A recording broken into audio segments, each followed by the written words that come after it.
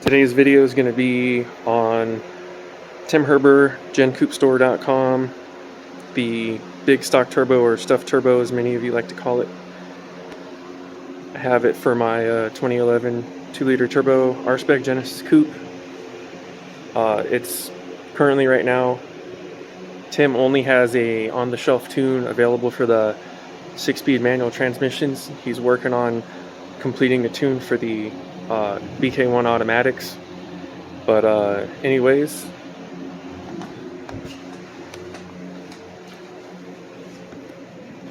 so I went with his kit because it's a turnkey, easy to install by yourself upgrade. I've just got my old stock parts right here just to show you as an example of really what you need to run the kit. So obviously you're going to need your normal bolt-ons, like a quality front mount intercooler kit. And no, the Mishimoto Street intercooler kit is not a quality kit. It is a glorified bk1 stock intercooler core that has the name Mishimoto on it. It is not good, and it's not really any better than the stock one. And then I got my catalytic converters right here, so you are going to need to be turbo back, free flowing exhaust, and then due to the up and boost pressure, you are going to need some sort of an aftermarket blow-off valve. This is my Forge Motorsports blow-off valve that I'm not using anymore because I have the Tile Q 50mm blow-off valve. And then you're going to need to upgrade your spark plugs. Now, I was running the NGK Iridium 2309s, but then I did some research and I ended up buying the Autolite 5325 copper. I've had no problems with either of them. The only difference between these is the price, the type of metal that's used. These are iridium, they last longer. Copper, it lasts not as long, but copper conducts electricity better than iridium, and that's why I wanted to get these. But anyways, so then you will need to get a better clutch kit due to the amounts of torque that this kit produces. The stock one will not survive. I, however, am running the Vallejo HD kit, and I've had no issues. Been on the car for about, I want to say, maybe 60,000 miles, and it's still going good. But anyways, yeah, those are the bolt-ons that aren't necessarily you know, what makes the big stock turbo kit the kit. So pretty much what's cool about what Tim offers is you can either send your stock turbo in, and you just need to have the center cartridge attached to the compressor housing, you know, the intake side. You don't need to send the exhaust housing in there. All he does is just switches out the exhaust wheel with a different configuration of the blades, but then he sends the turbo out to Force Performance, and they bore out the inlet hole right here, so they can fit a bigger wheel inside there, and then you know, he'll send it back to you if you choose to send yours in, or you can just buy the turbo outright, as in no core exchange or anything like that, or you can do just that and exchange your stock turbo when you receive the modified one, and then you'll get compensated for returning your stock turbo. But that's it for the turbo. And if you are gonna get his on-the-shelf tune or can tune, you have to buy the 525cc fuel injector clinic injectors, because when he makes the tune, he has to input what injectors are being used. Well, he happens to made the tune with the fuel injector clinic 525 cc's, so he puts the data in there, and if you try and use any other one, it just will not work and you just wasted your time. So you have to get the fuel injector clinic 525 cc fuel injectors for the on-the-shelf tune to work. And then yeah, you have to buy the same thing, you can either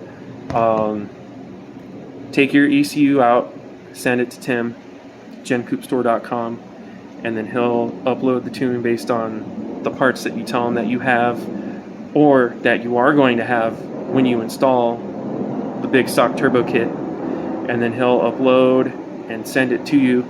Or you can just say, I want to buy a whole other ECU, and then he'll just upload the tune to that and he'll send it to you. And then in the meantime, your Genesis coupe won't be down, because you'll have your turbo if you have him just send you another modified turbo, and you'll still have your stock ECU in there.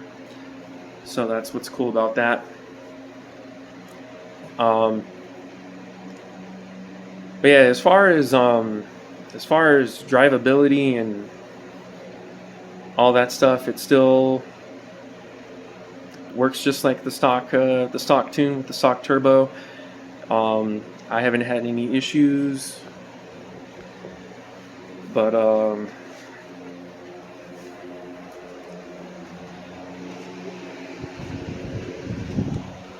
driving it, instead of the tune peaking at the stock tune peaking at 15 pounds and then going to 10 pounds when the wastegate actuator bleeds out the exhaust so that it doesn't overboost.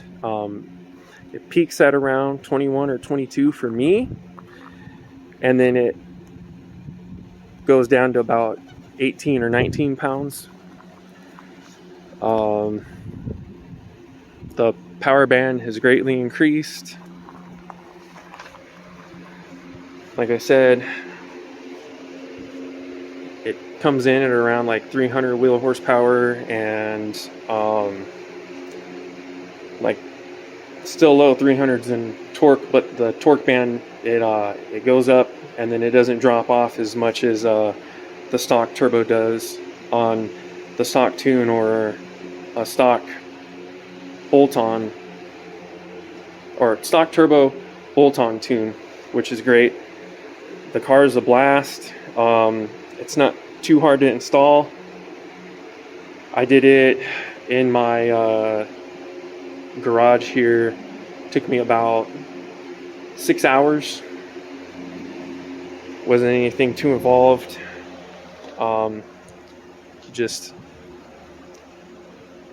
take your intake off. You take your oil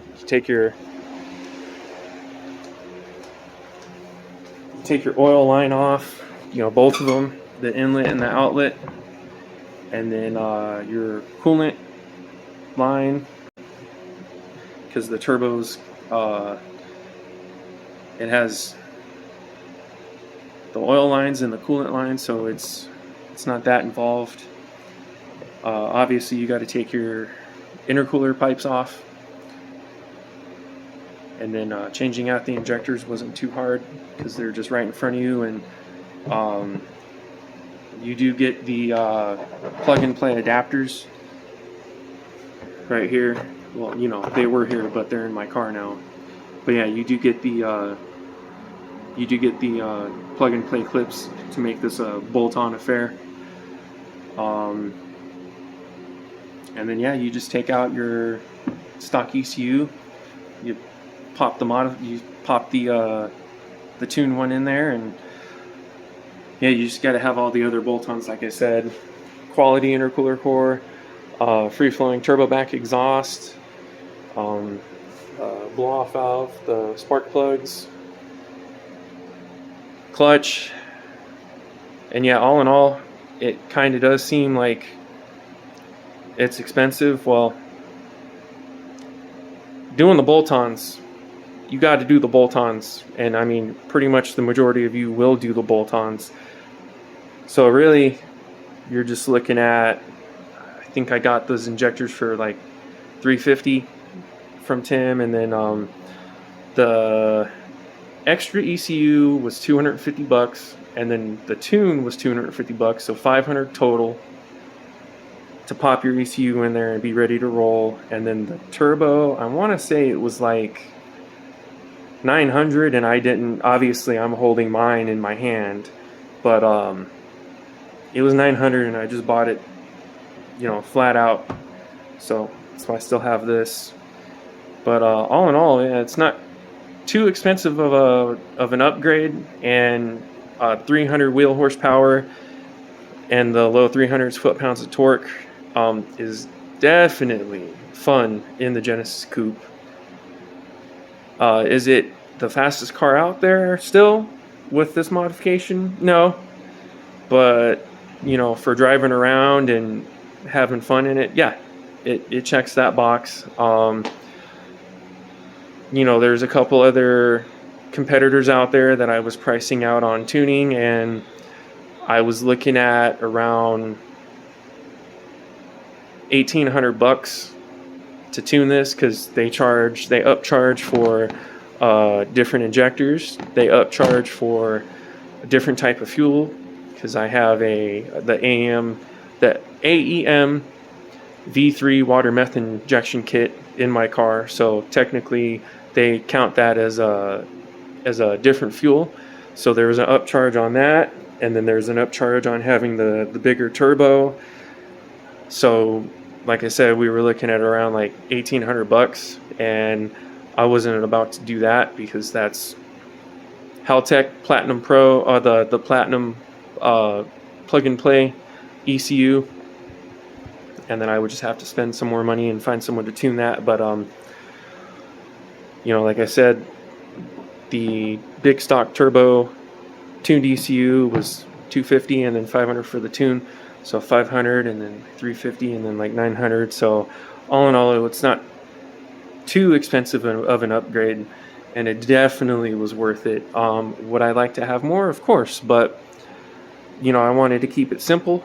I wanted to keep with the theme of the car, which is sleeper build. And sleeper, by definition, is a car that does something that you don't think it's going to do or should do, and still remaining relatively, you know, looking or appearing stock. But I got the ISR front mount intercooler kit, and it does a good job out here in the Arizona heat. It keeps the IATs without spraying meth about 20 degrees hotter than ambient temperature. And then I have, so I mean, you really can't see it. If you really look and know what you're looking at, then you know, but most don't know. And then I got my CX Racing oil cooler behind the grill there, and then you can see a little bit to the right over there. It's my power steering cooler. But I'm back to rocking the stock bk1 19s. I'm wanting to use these tires down so that you know, I don't waste them because they get too old. But I have aftermarket wheels that I'm gonna get new tires for when those wear out. And then I just got the BBM replica spoiler right there off of eBay. And then I got the Turbo XS RS catback right there. But other than that, I mean, and the spec detail lights, but all in all, it doesn't look too flashy or like it's got anything under the hood. Yeah, it's got the Brembos, but most of the stuff doesn't add horsepower. So like I said, it's a sleeper build.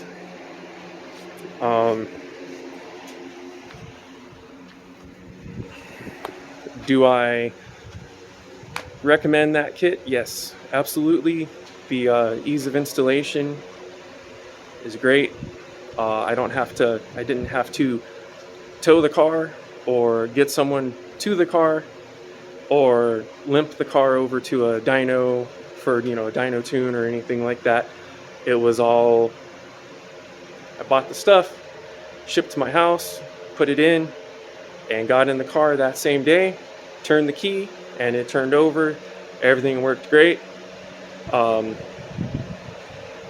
Tim's customer service is, at